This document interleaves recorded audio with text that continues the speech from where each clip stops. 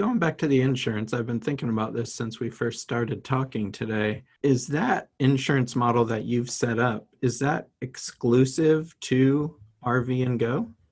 Yeah, it's our product. We are like, Geico or National or whatever. It's our product. We use, at this stage, if we don't have the scale or legal status to do certain things, or, we're not registered in a particular state to be the auto provider, we use agents, but they're really our agents through our product.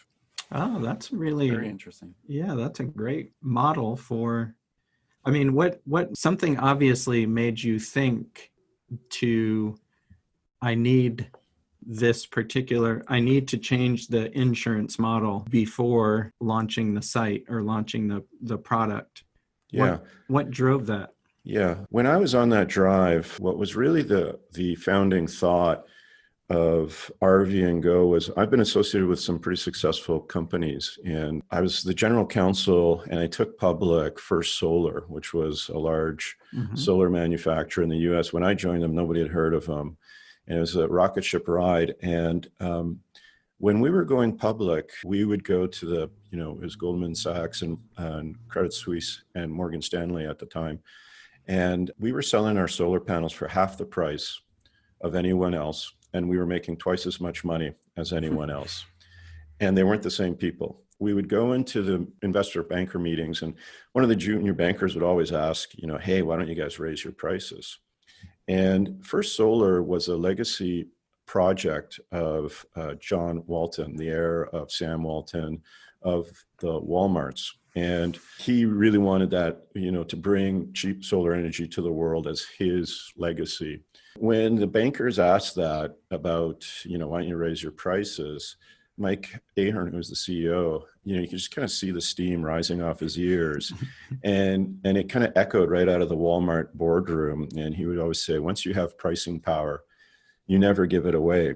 And that's what we've been trying to achieve. And the other thing is, well, all right, how do you get pricing power? And, Amazon has huge pricing power. Walmart has huge pricing power. They don't have a secret biotech patent. They don't have a secret formula for Coca-Cola. They don't have anything like that. They just have pricing power. And you get that by working really hard to get the economies working in your favor. And you do that by every part of the value chain that a customer touches. You got to figure out the value chain for every product or every service. And whatever the customer touches, you try and control as much of that. And you try and cut out as many middlemen as you can. And that's how you get pricing power. And then you decide what to do with it. You can either keep your prices the way they are, you never raise them, but make more money, or you can keep driving down. That was the fundamental backdrop for the idea that this is one integrated company, one profit center. It's a software company that thinks like an insurance company. It's an insurance company that thinks like a software company.